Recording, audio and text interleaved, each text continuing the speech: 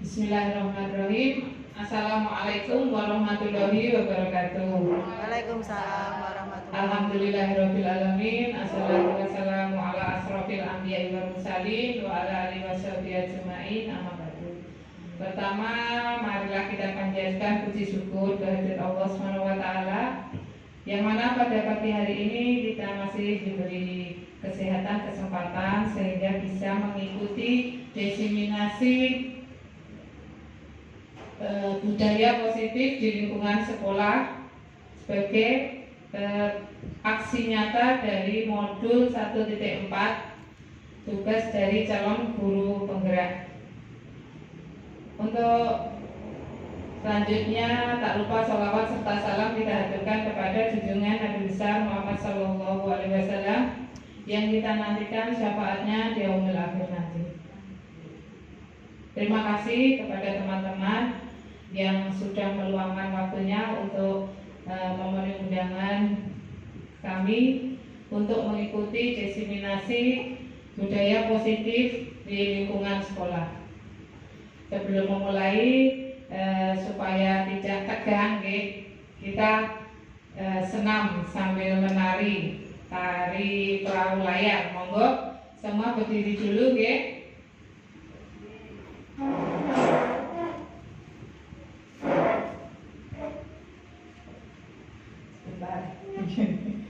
Tolong,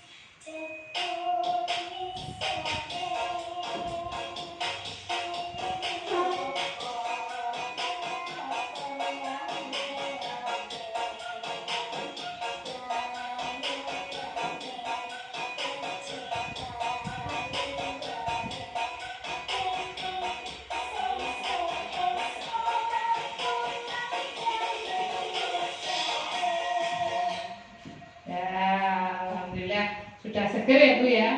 Nah, sekarang mulai ini ada pertanyaan pemantik. Nah, jenengan setuju atau tidak? 1. Kalau hukuman itu dapat mendisiplinkan anak, pripun Bu? Setuju mboten kalau hukuman itu dapat mendisiplinkan anak? Tergantung hukumannya. Bu Nani setuju? Setuju. Alasannya apa Bu Nani? Karena alasannya itu kalau diberi kedisiplinan, misalnya anak-anak diberikan jadwal, terus kalau diberikan jadwal kedua anak diberitahu kebaikan apa yang mereka lakukan. Seperti itu tidak boleh itu. Rasanya setuju. Setuju. Jadi anak-anak boleh ya diberi hukuman. Sebenarnya setuju. Kalau Bu Andi tergantung hukumannya. Kalau yang kedua sekarang, pemberian hukuman dengan positif seperti membaca atau membersihkan halaman sekolah dapat meningkatkan disiplin anak. Setuju lagi. Setuju. Alasannya? Untuk membentuk karakter. Misalnya itu positif untuk membaca atau membersihkan halaman. Kalau untuk membersihkan halaman itu suatu pembentukan karakter untuk menjaga anak-anak menjaga kebersihan. Itu untuk membaca itu ya berarti pemberian hukuman dengan hal positif juga bisa meningkatkan disiplin anak. Ini pertanyaan pemantik. Yang ketiga, kalau memberi penghargaan dapat meningkatkan motivasi belajar anak. Oke. Bawahnya. Nah, nanti dalam diskusi kita hari ini dalam pembahasan kita akan membahas disiplin positif dan nilai-nilai kebajikan universal. Yang kedua, teori motivasi, hukuman dan penghargaan serta restitusi. Yang ketiga, keyakinan kelas. Yang keempat, kebutuhan dasar manusia dan dunia berkualitas. Yang kelima, 5 posisi kontrol. Yang keenam, segitiga restitusi. Lanjut. Untuk selanjutnya tentang disiplin positif dan nilai-nilai kebajikan universal. Bawahnya. Nah, perubahan paradigma. Coba misalnya ini Bu Nina sama Bu Ani. Ada Bu Nina dan Bu Nani. Bu Nina punya sesuatu yang berharga di tangannya Bu Nina. Oke. Nah, nanti Bu Nani akan ini berharga Bu. Otomatis nggak akan dikasih tahu isinya, gitu. Tapi Bu Nani tugasnya meminta Bu Nina untuk membuka dengan cara bisa membujuk, mengancam, menghadik, merayu, menyuap, apa saja agar Bu Nina bisa membuka. Oke. Nah, sekarang kalau Bu Nina seperti itu, misalnya Bu Nina dengan segala macam cara ini, Bu Nina mau nggak membuka?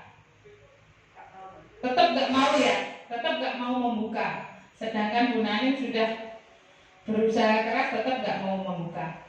Nah, itu lanjutnya, itu benar Bu Nina nggak akan mau membuka karena itu berharga.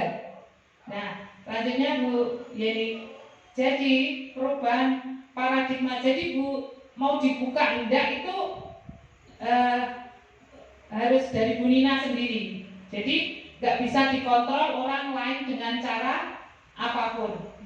Nah, itu perubahan paradigma baru. Jadi anak itu nggak bisa kalau selama ini paradigmanya kan kita bisa mengontrol anak, itu nggak bisa. Jadi hanya ilusi kalau guru itu bisa mengontrol anak. Terus kritik, ilusi juga bahwa kritik dan membuat orang merasa bersalah dapat menguatkan karakter. Itu juga ilusi. Terus bahwa semua penguatan positif, efektif dan bermanfaat itu semua ilusi, termasuk ilusi bahwa orang dewasa memiliki hak untuk memaksa. Jadi tidak bisa Bu. Itu semua kembali ke anak-anak. Lanjutnya Bu. Jadi perubahan siapa sesungguhnya yang memiliki kontrol? Yang memiliki kontrol itu ya, yang memiliki kontrol stimulus respon. Kita mencoba mengubah agar orang berpandangan sama dengan kita. Itu nggak bisa karena teori pilihannya itu kita berusaha memahami pandangan orang lain tentang dunia. Jadi nggak bisa kita maksa nih. Jadi misalnya murid kita tetap kita akan bayangan kita bisa, tapi sebetulnya nggak bisa. Yang bisa ya tetap pandangan terhadap dunia. Terus perilaku buruk dilihat sebagai suatu kesalahan. Jadi kalau ada anak-anak berbuat sesuatu yang salah menurut kita, itu sebetulnya setiap perilaku itu memiliki tujuan. Jadi maksudnya tidak kesalahan, bukan kalau menurut kita kesalahan, bukan. Terus orang lain bisa mengontrol saya, tidak bisa. Yang bisa mengontrol itu hanya diri sendiri. Terus saya bisa mengontrol orang lain. Kita tidak bisa mengontrol orang lain. Pemaksaan ada pada saat bujukan gagal. Nah, pemaksaan itu kita kalau menurut teori pilihan kita harus membuat kolaborasi. Kolaborasi itu ya nanti akan ke belakang ada termasuk namanya kesepakatan. Tuh pilihan-pilihan baru. Terus model berpikir menang kalah. Kalau dulu ada menang kalah, sekarang enggak. Sekarang berpikirnya menang-menang. Jadi istilahnya apa ya? Kita biar anak itu tidak merasa bersalah. Jadi meskipun melakukan kesalahan, kembali lagi karena kesalahan itu semua perilaku itu memiliki tujuan. Jadi anak nanti akan paham, dia juga merasa menang. Kita yang menasihati juga menang. Lanjut Bu. Nah, ini disiplin positif menurut Dr. William Glasser. Ini ya Bu, Anda tidak bisa mengontrol orang lain, hanya Anda sendiri yang bisa. Makna dari disiplin belajar kontrol diri dengan menggali potensi kita agar tercapai tujuan mulia, yaitu sesuatu menjadi seseorang yang kita inginkan berdasarkan nilai-nilai yang kita hargai. Yang kedua, semua perilaku mempunyai tujuan. Jadi teori motivasi untuk menghindari hukuman, untuk mendapatkan imbalan, untuk menghargai diri sendiri, nilai-nilai kebajikan. Terus 5 posisi kontrol. 5 posisi kontrol itu kita sebagai penghukum, 2 sebagai pembuat rasa bersalah, 3 sebagai teman, 4 sebagai pemantau, 5 sebagai manajer. Dan yang kebutuhan dasar manusia bertahan hidup, penguasaan, kasih sayang dan rasa diterima, kesenangan dan kebebasan. Lanjut Bu. Nah ini apa makna disiplin? Ini makna disiplin artinya belajar. Makna asal dari kata ini berkonotasi dengan disiplin diri dari murid-murid Socrates dan Plato. Nah, disiplin diri membuat orang menggali potensinya menuju sebuah tujuan yang dihargai. Namun dalam budaya kita, makna kata disiplin itu berubah menjadi sesuatu yang dilakukan seseorang pada orang lain untuk mendapatkan kepatuhan. Kita mendisiplinkan anak kan supaya anak patuh. Dengan kecenderungan umum adalah menghubungkan kata disiplin dengan ketidaknyamanan, bukan dengan apa yang kita hargai atau pencapaian suatu tujuan mulia. Jadi sekarang disiplin itu berubah. Jadi mendisiplinkan anak dengan hukuman. Misalnya ya apalagi di TK seringnya seperti itu ya. Kalau nggak hadiah, nanti kalau nggak mau nurut diapakan gitu ya. Lanjut Bu. Nah, ini nilai-nilai kebajikan universal. Nah, nilai-nilai kebajikan universal itu kebajikan adalah sifat positif manusia yang merupakan tujuan mulia yang ingin dicapai setiap individu. Nah, setiap perilaku perbuatan memiliki satu tujuan. Dengan mengaitkan nilai-nilai kebajikan, diyakini seseorang maka motivasi intrinsiknya akan terbangun sehingga menggerakkan motivasi dari dalam untuk mencapai tujuan mulia menurut Dian Gosen.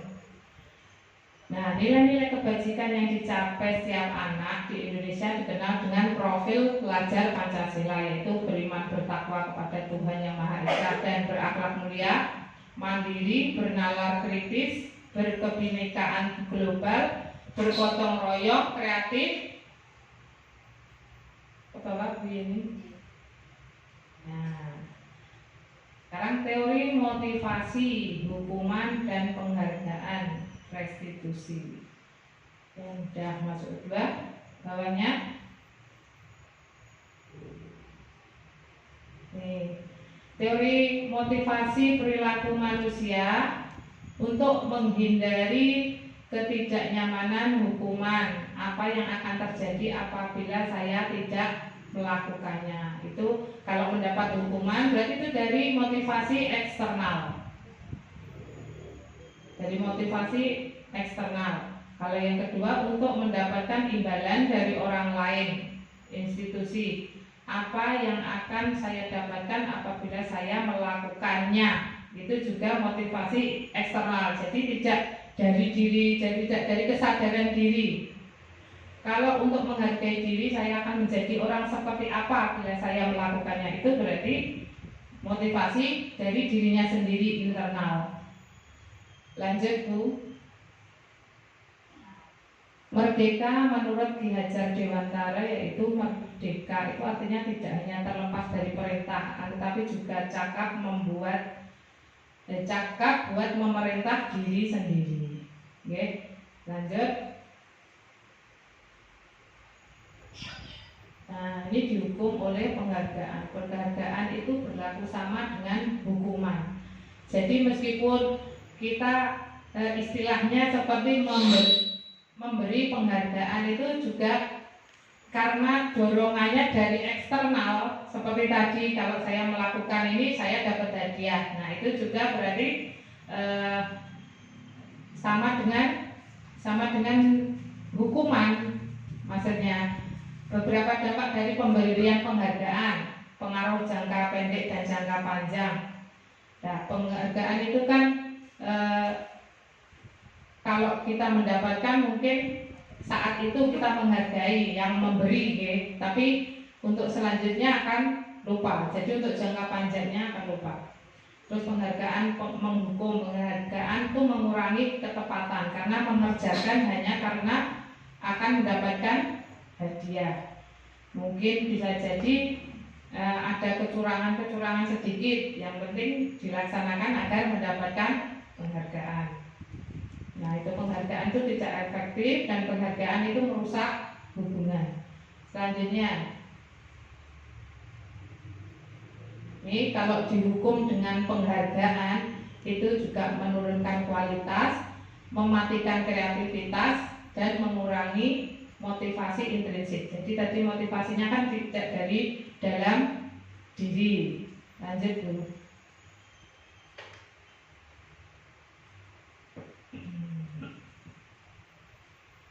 Bentuk program kebajikan. Ini dalam memberikan apresiasi perlu diingat beberapa hal. Beri pengakuan secara khusus, beri pengakuan secara pribadi, beri pengakuan kepada semua murid bergantian. Jadi bukan itu saja, murid harus semuanya diperhatikan. Beri pengakuan secara konsisten. Jadi misalnya hari ini dipuji seperti ini, ya selanjutnya ya seperti itu. Jangan besok ada misalnya dijatuhkan gitu. Misalnya hari ini kok diberi pengakuan anak ini sudah menurut, sudah patuh, besoknya diberi label misalnya kurang patuh atau tidak patuh bagaimana gitu. Terus fokus pada proses. Selanjutnya contoh pengakuan ini ya Bu ya. Kemarin saya perhatikan nilai kebajikannya, rasa empatimu besar. Berarti maksudnya kalau kita memperhatikan, jadi kalimat-kalimatnya itu ya Bu ya, itu nilai nilai kebajikannya seperti itu. Saya menghargai berarti kepedulian, terima kasih, rasa tanggung jawab pada saat memungut kertas gitu. Ucapan terima kasih berarti nilai pada saat memungut kertas yang berserakan di lantai itu kita memberi ucapan terima kasih. Itu yang ditunjukkan nilai-nilai universalnya adalah rasa tanggung jawab. Kalau pada saat membantu teman berarti kepedulian. Kalau menolong teman berarti empati. Lanjut Bu. Nah, ini bentar. Ada sebentar.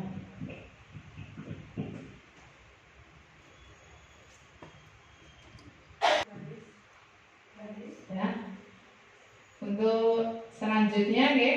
Nah, itu tadi ada mencatat 100 kali di dalam buku. Saya tidak akan terlambat lagi karena terlambat ke sekolah. Itu hukuman atau konsekuensi itu? Kalau menurut jenengan apa Bu? Hukuman atau konsekuensi? Hukuman. Kalau lari mengelilingi lapangan basket 2 kali karena terlambat hadir di sekolah, hukuman. Murid diminta push up 15 kali karena tidak menggunakan masker ke sekolah, hukuman. Menggantikan kertas tugas teman yang dicoret-coret, konsekuensi. Kan 2 pilihannya, hukuman atau konsekuensi. Nih, kalau membersihkan tumpahan air di meja tulis karena tersenggol saat belajar, konsekuensi. Murid disuruh mengenakan sepatu seharian di sekolah karena tidak mengenakan sepatu hitam, hukuman. Lari mengelilingi lapangan basket 2 kali karena terlambat 10 menit untuk pelajaran PJOK, hukuman. Selanjutnya Bu. Nah, ini tadi benar yang pertama hukuman, kedua hukuman. Benar nggih? Terus ke bawah. Kalau murid disuruh lari tadi, nah kalau yang lari mengelilingi lapangan basket 2 kali karena terlambat 10 menit untuk pelajaran PJKA itu konsekuensi Bu. Konsekuensi itu sepertinya sama dengan hukuman, maksudnya tapi itu dapat meningkatkan tanggung jawab dan sesuai dengan apa yang sudah pelanggaran yang dilakukan. Ya, seperti contohnya menggantikan kertas tugas teman, itu kan untuk memunculkan tanggung jawab supaya tidak mengulang. Jadi kalau mencatat saya tidak akan terlambat itu apa ya? Tidak ada. Jadi yang ada manfaatnya itu konsekuensi. Kalau nggak ada manfaatnya, nggak ada nilai positifnya, itu hukuman. Sehingga kalau yang di bawah itu mengelilingi lapangan basket 2 kali karena terlambat 10 menit pelajaran PJOK, itu konsekuensi. Tapi kalau misalnya untuk pelajaran bahasa Indonesia kok disuruh lari mengelilingi lapangan basket, itu berarti bukan lagi konsekuensi tapi hukuman karena nggak nyambung. Nah, gitu, nggak nyambung dan bukan nggak ada nilai positifnya. Wong pelajaran bahasa siapa disuruh lari. Nah, kalau PJOK kan memang pelajaran olahraga. Oke, lanjutnya Bu. Nah, ini jadi perbedaan hukuman dan konsekuensi. Kalau hukuman itu menyakitkan, kalau membuat anak sakit fisik maupun hati untuk jangka waktu lama. Anak membenci kedisiplinan. Dengan hukuman itu anak jadi benci kedisiplinan. Terus paksaan mendorong anak menyakiti diri sendiri. Konsep diri yang buruk itu jadi dia kadang kalau anak itu minder itu dia merasa wah aku anak yang nakal, anak tidak disiplin, jadi dia melabeli dirinya sendiri. Jadi akhirnya jadi anak yang tidak percaya diri. Terus anak belajar untuk menyembunyikan kesalahan, karena kalau dihukum pasti dia akan berbohong, marah, rasa bersalah. Tapi kalau konsekuensi sesuatu harus terjadi, membuat anak merasa tidak nyaman dalam jangka waktu pendek. Memang seperti lari tadi, mungkin dia akan istilahnya pegel di awalnya, tapi nanti akan karena sesuai dengan apa yang pembelajaran yang didapat, maka akan dapat menerima. Anak menghargai disiplin, stimulus tanggapan, mendorong anak agar mudah menyesuaikan diri, konsep diri yang baik. Anak belajar untuk mematuhi peraturan. Kehilangan hak, dibuat tidak nyaman, diasingkan untuk sementara. Jadi nanti akhirnya juga akan menjadi anak yang percaya diri. Lanjut Bu.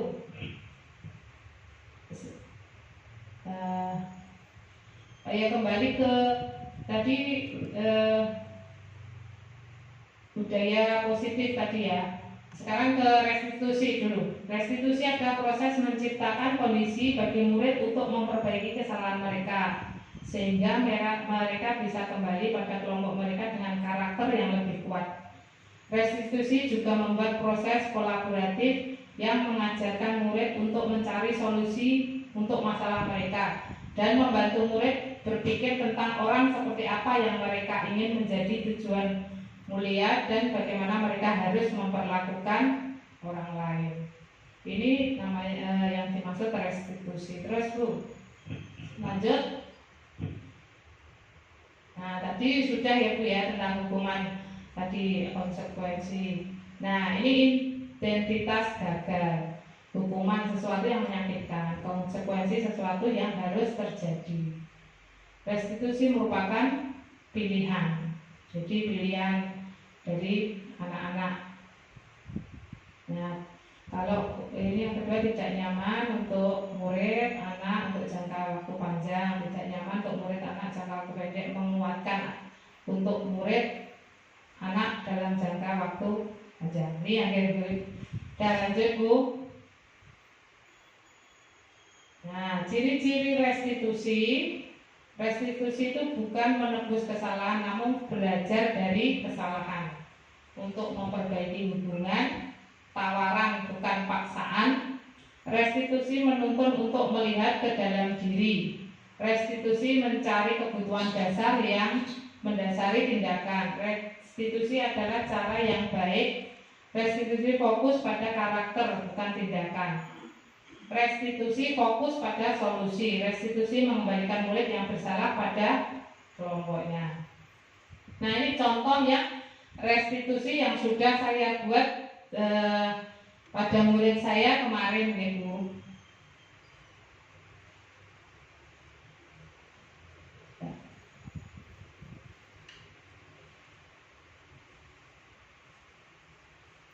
Suaranya nanti terdengar oleh ya? Tidak ada suaranya ya Bu.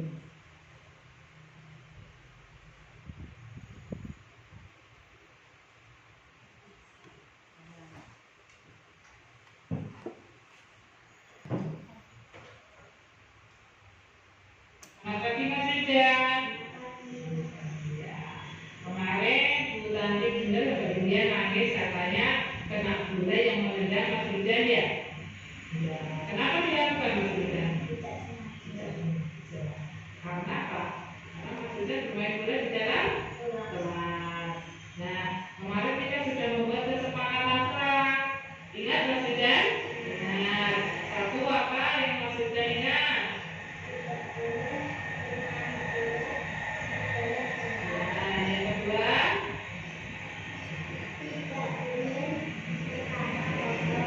kata kotor, apa lagi? Satu lagi.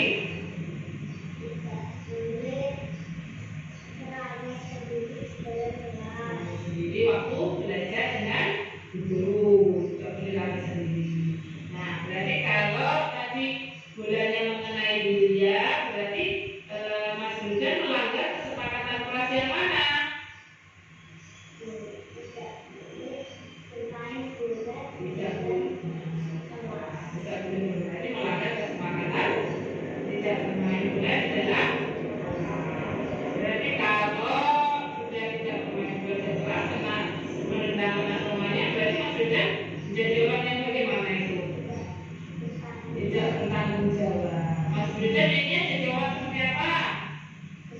Yang bertanggung jawab. Kalau itu orang yang bertanggung jawab, berarti maksudnya harus melakukan apa? Meminta maaf. Ada? Ada dia. Terus selain itu?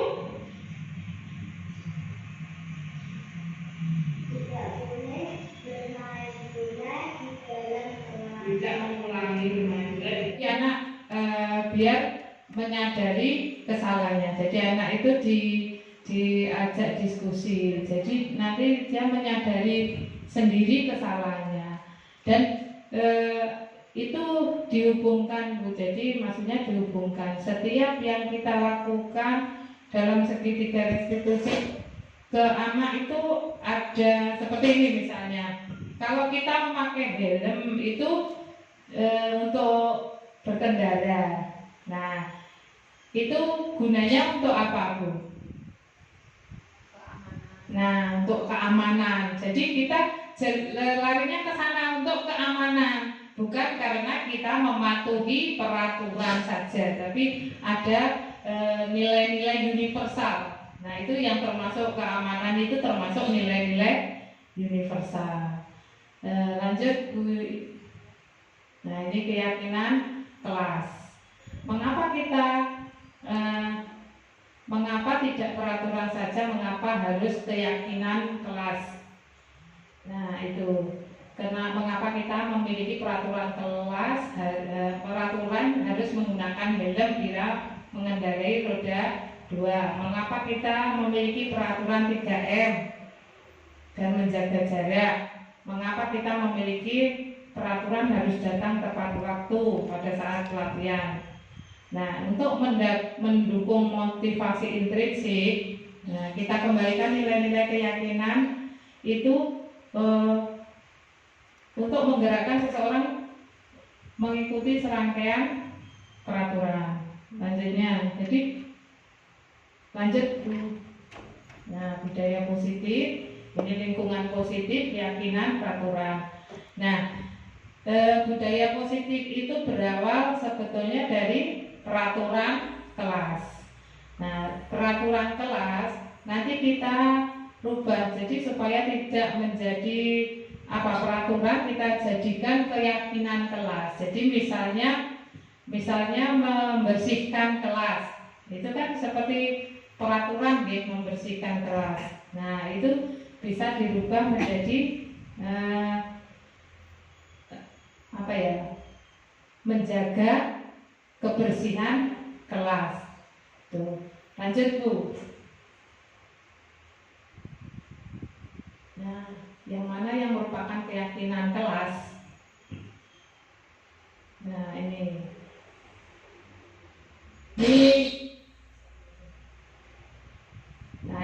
yang keyakinan kelas. Jadi kami dan guru dan murid saling menyayangi. Kami murid yang semangat belajar. Jadi semua dirubah konteksnya menjadi bukan lagi seperti aturan. Ya. Terus lanjut, Bu. Nah, keyakinan kegiatan pendalaman keyakinan kelas tabel T dan Y. Jadi ini Bu, kalau tabel Y itu ya, dari terlihat, terdengar, berperilaku. Terlihat, terdengar, berperilaku, bekerja. Kami meyakini, kalau hormat, kami meyakini bahwa sangat penting untuk menghormati semua orang dan barang milik orang lain. Bekerja, kami meyakini bahwa sangat penting untuk mengerjakan segala pekerjaan atau mengikuti kegiatan yang telah ditugaskan, diterima dan diberi. Kami yakini bahwa sangat penting untuk merasa diterima pada suatu kelompok dan saling peduli satu dengan yang lain. Jadi kalau menurut tabel ini T dan Y, T-nya itu jadi seperti berbanding lurus. Jadi cuma ini ya, tampak. Jadi apa yang Yang kalau yang Y itu terdengar, terlihat, berperilaku. Itu bisa apa? Menjadi ini bekerja, juga bisa anak dengan kesadaran bisa melakukannya. Terus selanjutnya Bu. Nah, ini kegiatannya terlihat, terdengarnya itu satu orang berbicara, yuk saya bantu, kita selesaikan ini bersama. Terus tolong, terima kasih, itu mestinya permisi, boleh saya pinjam. Jadi terdengarnya seperti itu Bu. Jadi sopan ya, sopan. Terus terlihatnya berempati terhadap perasaan orang lain. Berperilakunya nanti akan tersenyum ramah. Jadi yang terdengar itu kata sopan, yang terlihat itu baik, nanti akan menimbulkan perilaku yang baik juga. Oke, terus lanjut Bu. Nah ini sekarang ada, jadi peraturan itu bisa dirubah menjadi keyakinan kelas. Agak pada sakit begini. Nah peraturannya selalu kembalikan buku ke tempatnya. Nah ini dirubah kata-katanya kalau menjadi keyakinan kelas seperti bagaimana contohnya Bu? Dilarang mengganggu orang lain, hadir di sekolah 15 menit sebelum pembelajaran dimulai, dilarang melakukan kekerasan, dilarang menggunakan narkoba, bergantian atau menunggu giliran, gunakan masker, itu kan seperti perintah ya, jangan berlari di kelas atau koridor. Lanjut Bu Yeni. Nah ini keyakinan kelasnya. Jadi keyakinan kelas itu sesuatu yang ada nilainya itu universal tadi. Jadi selalu kembalikan ke buku ke tempatnya, itu berarti keyakinan kelasnya tanggung jawab. Dilarang mengganggu orang lain, itu menghormati orang lain. Hadir di sekolah 15 berarti menghormati orang lain. Atau komitmen, dilarang melakukan kekerasan, itu keselamatan, menghormati orang lain. Terus kesehatan, dilarang menggunakan narkoba, itu nilai universalnya kesehatan. Berganti itu menghormati orang lain, bersabar. Kalau menggunakan masker itu kesehatan, berlari di kelas keselamatan. Nah, untuk selanjutnya yang budaya positif tadi, di sini ada contoh-contohnya di TK Pembina Geneng Bu. Bisa diputarkan Bu, mulai dari yang foto ini Bu, yang depan.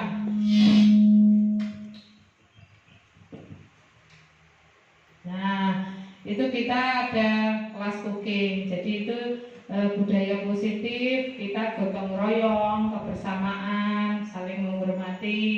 Itu selanjutnya. Nah, ini kalau baru sampai di sekolah, anak-anak dibiasakan untuk saling pada Bu Guru. Ini pembiasaan. Selanjutnya, nah ini budaya boleh sampai. Nah, terima kasih.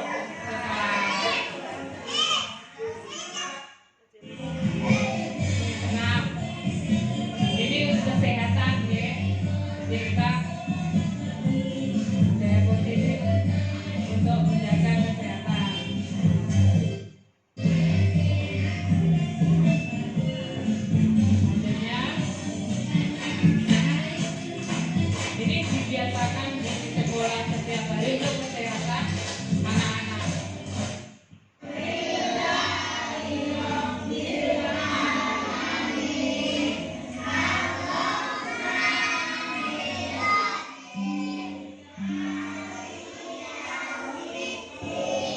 berdoa. Ini untuk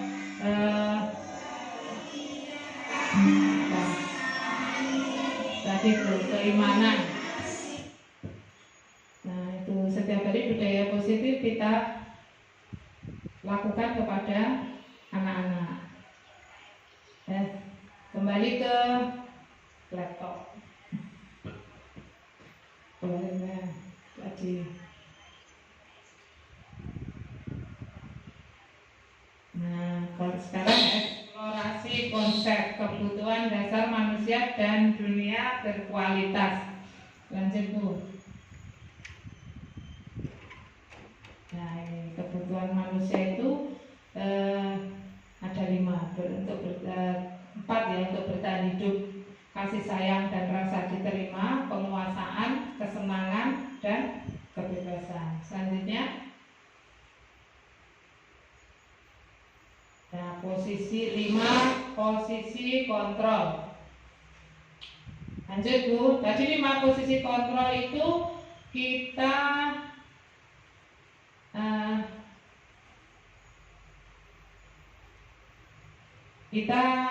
ini Bu. Tadi ada yang sebagai nih 5 posisi kontrol itu yang itu. Kita kepada anak bisa menjadi penghukum, pembuat rasa bersalah, teman, pemantau, manajer. Nah, kalau contohnya, kalau kita penghukum itu tuh misalnya menghardik. Jadi kita marah-marah kepada anak, memberi hukuman, harus membentak, menyalahkan orang lain, itu penghukum. Jadi intinya ya menghukum anak lah. Terus kalau membuat rasa bersalah, nah itu biasanya anak diberi kata-kata biar anak itu merasa bersalah. Misalnya kalau anak bersalah, kita sebagai guru misalnya jangan misalnya anak terlambat. Jangan terlambat, kalau nanti kamu terlambat kan Bu Guru dimarahi oleh kepala sekolah. Nah itu nanti anak kan merasa bersalah karena nanti Bu Gurunya dimarahi gitu. Itu pembuat merasa bersalah. Nah itu gak boleh. Terus sebagai teman itu seperti kepada temannya. Jadi anak memang kelihatannya bagus ya Bu. Kadang wah kalau guru ini koyok besti seperti itu juga ada kalau sebagai teman, guru kepada anak sebagai teman. Terus tapi dampaknya itu tadi ke bawah itu, kalau penghukum itu akan terus mengulangi kesalahan. Terus kalau membuat merasa bersalah, anak menjadi rendah diri. Kalau sebagai teman, anak menjadi tidak mandiri. Karena kita tahu kalau teman itu kan sering dibantu gitu ya. Terus sebagai pemantau, jadi biasanya guru kan itu berkata peraturannya apa. Jadi anak yang menjawab ini harus bagaimana ini gitu, berapa banyak bintang yang saya harus peroleh, berapa halaman yang harus saya tulis. Nah itu nanti dampaknya pada murid, menitik beratkan pada sanksi atau hadiah. Jadi sebagai pemantau itu memberi hukuman dan memberi hadiah. Terus sebagai manajer itu cirinya guru memberikan pertanyaan. Nah tadi contohnya itu sebagai manajer. Jadi kalau anak membuat kesalahan itu dicari alasannya. Anak terlambat, alasannya apa, nanti dicari jalan keluarnya. Lanjut.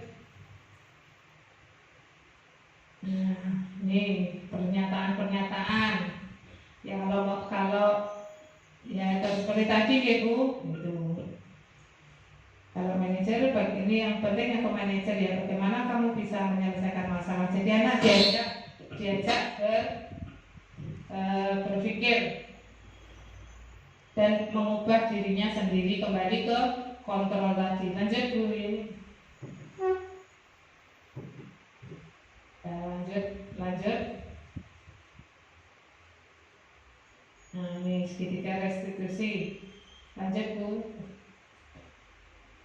Nah, tadi segitiga restitusi yang videonya saya contohkan tadi itu urutannya. Jadi kalau anak melakukan kesalahan itu kita validasi kebutuhannya. Kita menstabilkan identitas itu kenapa melakukan itu ditanya. Kenapa melakukan?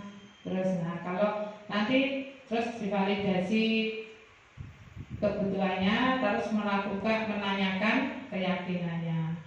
Itu nilai-nilai apa yang kita sepakati tadi yang seperti saya contohkan videonya tadi segitiga restitusi. Selanjutnya Bu. Ini contohnya kalau menstabilkan identitas itu berbuat salah itu hal yang manusiawi, tidak ada manusia yang sempurna. Bapak Ibu juga pernah berbuat salah, kita pasti bisa menyelesaikan. Jadi kalimat-kalimatnya itu kalimat positif biar dia tidak merasa rendah diri. Jadi kalau dia salah itu nggak sendiri, selain dia ya juga pernah berbuat salah. Lanjut Bu. Nah, kalau divalidasi itu alasannya kenapa, terus apa ya yang kebutuhanmu yang penting itu apa. Ini misalnya kalau ada anak yang terlambat, mungkin membantu ibunya pagi berjualan, akhirnya terlambat. Nah seperti itu kan itu harus kita kita telusuri. Nanti kita akan mencari jalan keluar di lanjut Bu. Nah di keyakinan, di menanyakan keyakinan universal. Jadi dia paham kesalahannya, nanti kita bantu untuk menyelesaikan masalah. Pertama dari anak itu sendiri, mungkin guru juga bisa membantu menyelesaikan masalah. Terus ini intervensi, ini membantu murid kembali ke tujuan semula dengan cukup singkat dan dengan cara konfrontatif. Pertanyaan-pertanyaan yang diajukan biasanya dikemukakan oleh seorang pemantau atau manajer. Jadi ke anak itu sebaiknya kita menjadi posisi kontrolnya sebagai manajer. Ini contoh-contohnya gitu. Nah, lanjut Bu. Refleksinya, hal baru apa yang mengubah paradigma saya yang saya dapatkan? Perasaan apa yang muncul selama mengikuti sesi ini, khususnya mengenai makna disiplin dan motivasi intrinsik? Peran Among seperti apa yang saya lakukan selama mengikuti modul? Saya akan menjadi Among yang seperti apa? Lanjut. Ya, mungkin itu yang bisa disampaikan.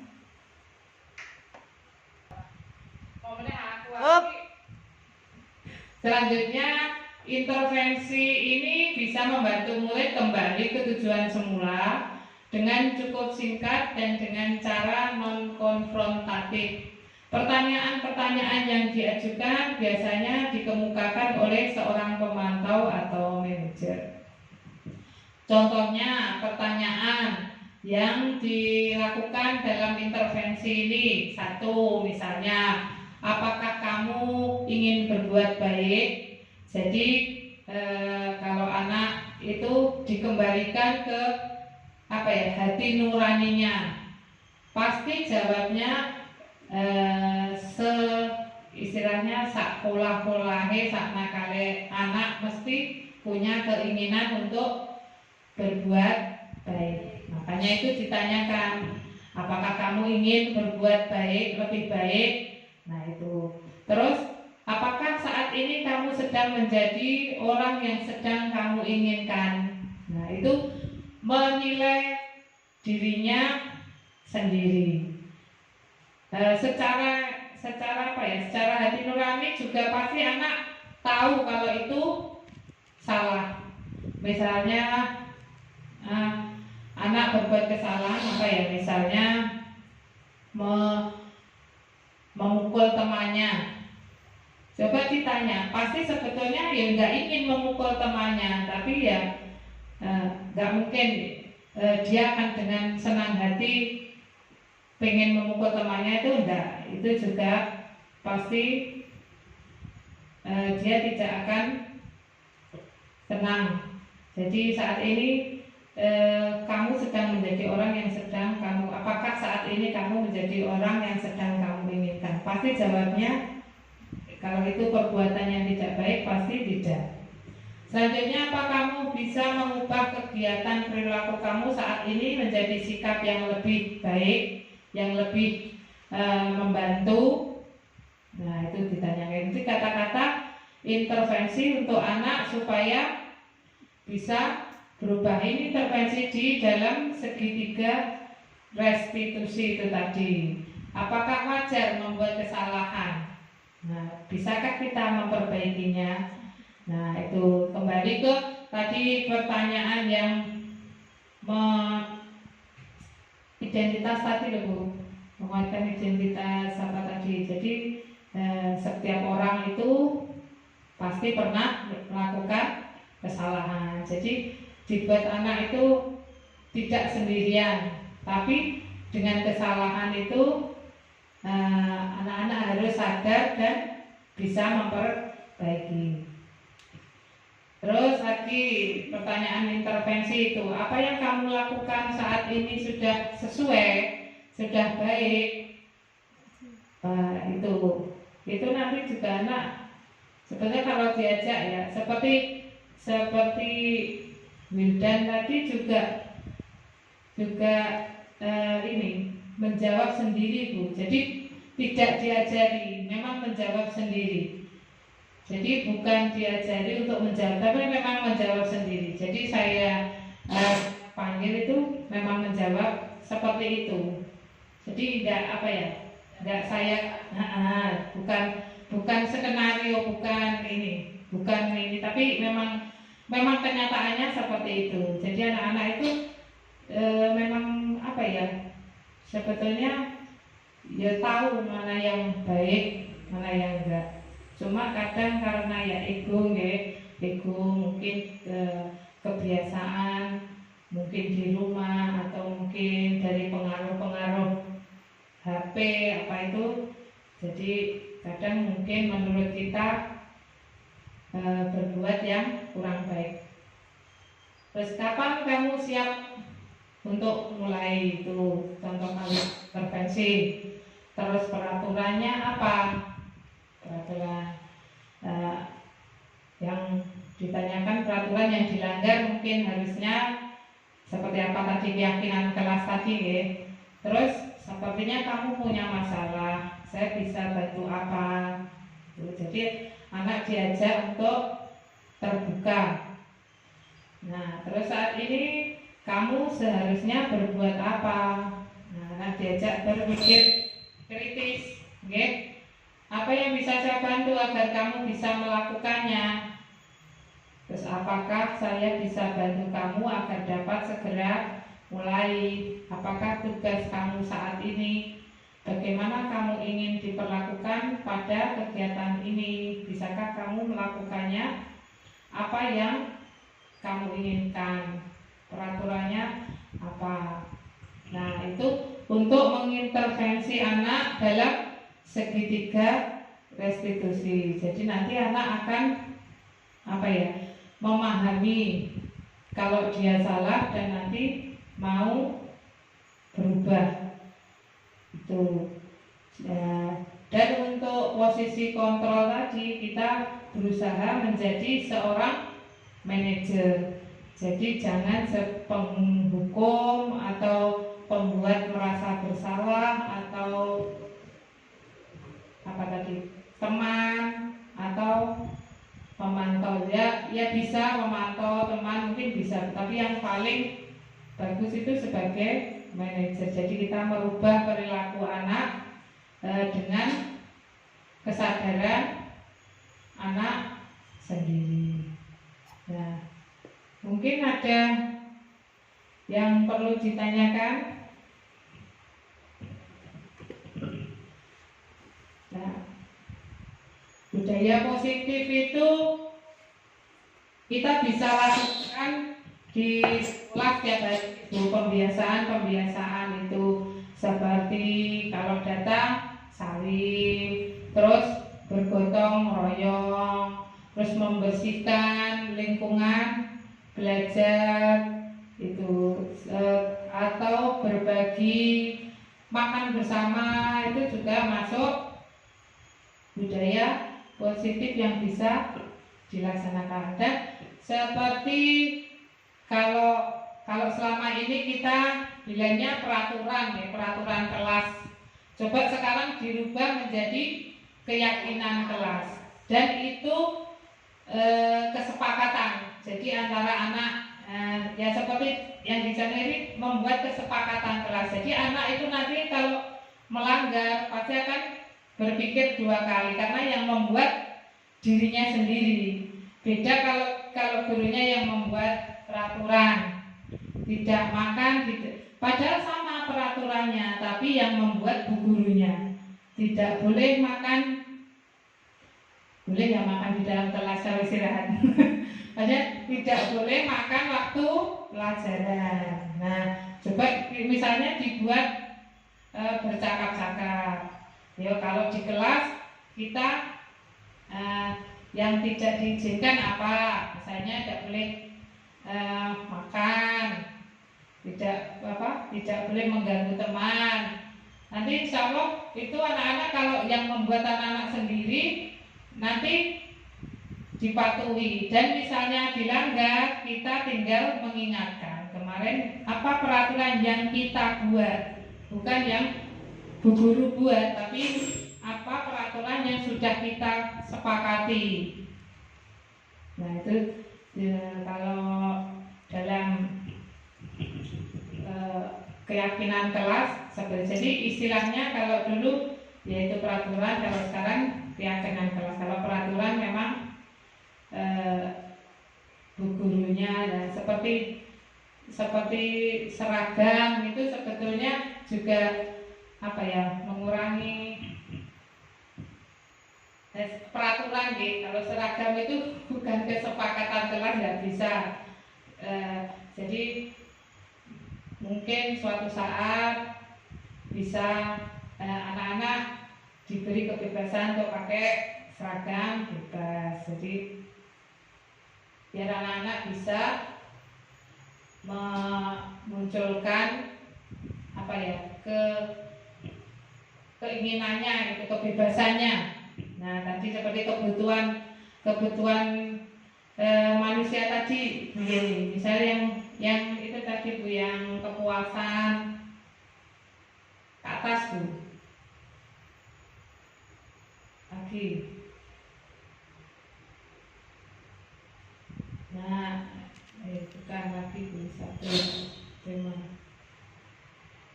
Nah ini sebetulnya kebutuhan dasar manusia, ini rasa kasih sayang yang dan rasa diterima, penguasaan, kebebasan, kesenangan.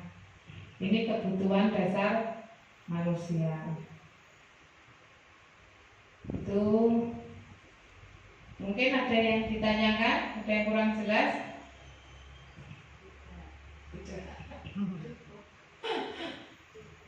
Ya mungkin itu dari saya. Semoga ada manfaatnya, dan semoga ada manfaatnya dan bisa kita kita terapkan di lembaga kita masing-masing, dan kita terus belajar. Saya sendiri juga masih terus belajar. Semoga ilmu yang kita dapatkan bisa bermanfaat. Mungkin atau mau ini lagi sekali lagi, oke? ice breaking. Karena tarinya ganti tari burung kutilang. Sebelum ditutup kita menari dulu biar tidak mengantuk. Monggo Bu Nani. Atau apa Bu Nani itu? YouTube, kupu-kupu Bu. Jadi ada proses perkembangbiakan.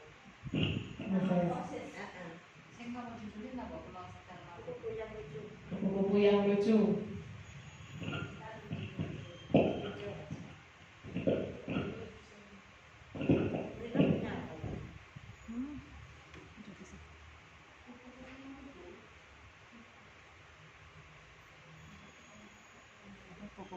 Tuh, yang bawah tuh, ketiga. Oke.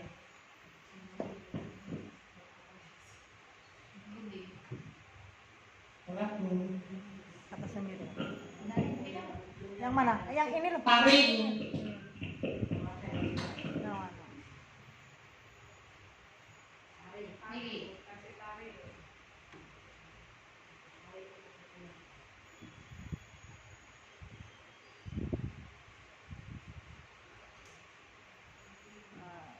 Anak TK.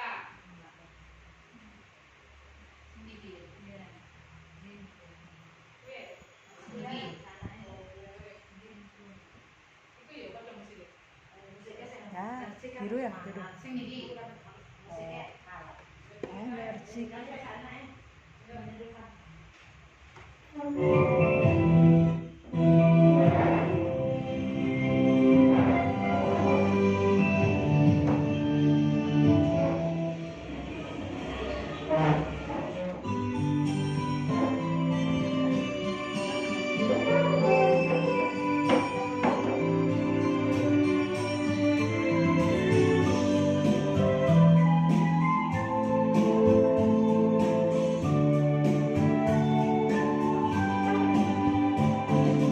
Kupu-kupu yang lucu,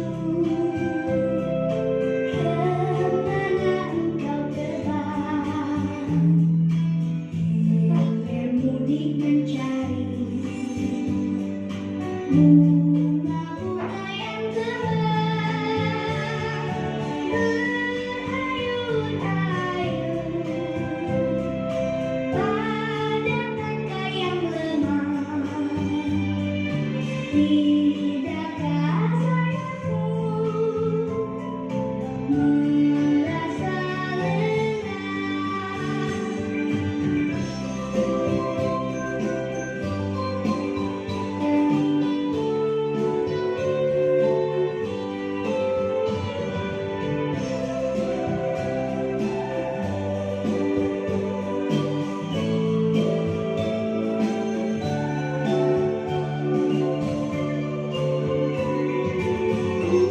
kupu-kupu yang elok, bolehkah saya sedang mencium bunga-bunga yang semerbak baunya sambil bersedang sebuah hati. Bolehkah turun bersama pergi? Bolehkah turun bersama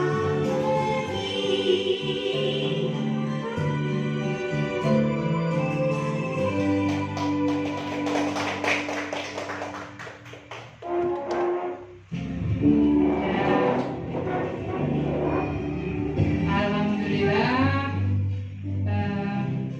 diseminasi hari ini sudah kita laksanakan. Terima kasih atas perhatiannya. Ada kurang lebihnya mohon maaf. Wabillahi taufiq wal hidayah. Wassalamualaikum warahmatullahi wabarakatuh. Waalaikumsalam warahmatullahi wabarakatuh. Tuhan kau